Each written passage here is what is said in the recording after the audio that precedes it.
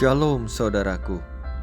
Kita masuk ke dalam pembahasan yang terakhir, cerita tentang iman yang kita pelajari dari seorang tokoh yang luar biasa yang bernama Abraham. Ibrani pasal yang ke-11 ayat yang ke-17 dan 19 berkata demikian.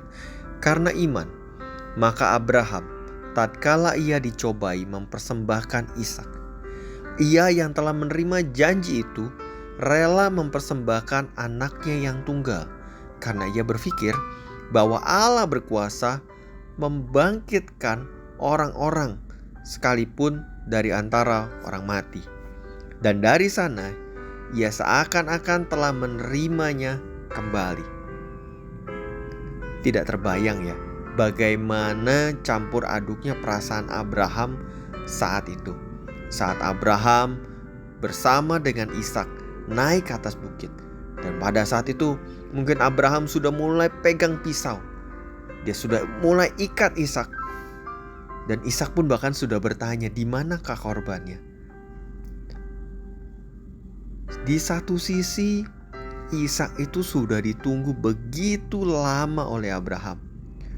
Bahkan sudah dijanjikan Tuhan sendiri kepada Abraham, dijanjikan berkali-kali.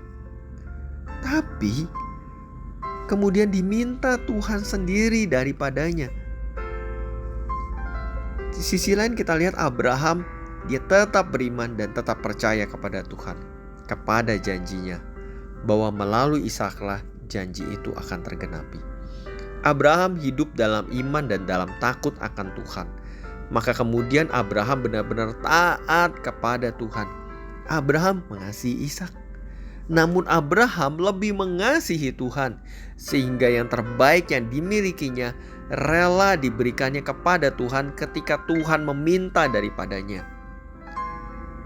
Maka kemudian ada lanjutannya ketika Kejadian pasal 22 ayat 12 berkata, lalu ia berfirman, janganlah bunuh anak itu, jangan kau apa-apakan dia, sebab telah ku ketahui sekarang bahwa engkau takut akan Allah, dan engkau tidak segan-segan untuk menyerahkan anakmu yang tunggal kepadaku. Kejadian pasal 22 ayat 16-18 berbunyi demikian. Katanya, kata Tuhan, aku bersumpah demi diriku sendiri, demikianlah firman Tuhan, karena engkau telah berbuat demikian, dan engkau tidak segan-segan untuk menyerahkan anakmu yang tunggal kepadaku, maka aku akan memberkati engkau berlimpah-limpah, dan membuat keturunanmu sangat banyak, seperti bintang di langit dan seperti pasir di tepi laut. Dan keturunanmu itulah yang akan menduduki kota-kota musuhnya. Oleh keturunanmu lah semua bangsa di bumi akan mendapat berkat, karena engkau mendengarkan firmanku. Ada action dari Abraham, kemudian janji itu diberikan. Luar biasa. Yakobus pasal yang kedua ayat 21-23 berkata, bukankah Abraham bapa kita dibenarkan karena perbuatan-perbuatannya ketika ia mempersembahkan Ishak anaknya di atas mezbah? Kamu lihat bahwa iman bekerja sama dengan perbuatan-perbuatan, dan oleh perbuatan-perbuatan itu iman menjadi sempurna. Dengan jalan demikian genaplah nas yang mengatakan, lalu percayalah Abraham kepada Allah, maka Allah memperhitungkan hal itu kepadanya sebagai kebenaran. Karena itulah Abraham disebut sahabat Allah. Dari Abraham kita belajar iman adalah ketaatan kepada firman Tuhan. Iman itu percaya dan menyerahkan sepenuhnya pada Tuhan, menyerahkan sepenuhnya pada waktu Tuhan. Iman juga bukan berarti duduk diam, melainkan iman timbulkan perbuatan. Ada action yang dilakukan oleh Abraham.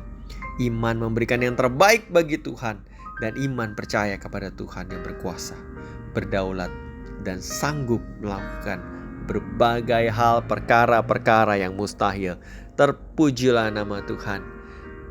Adakah kita mau memiliki iman seperti Abraham? Saatnya berubah.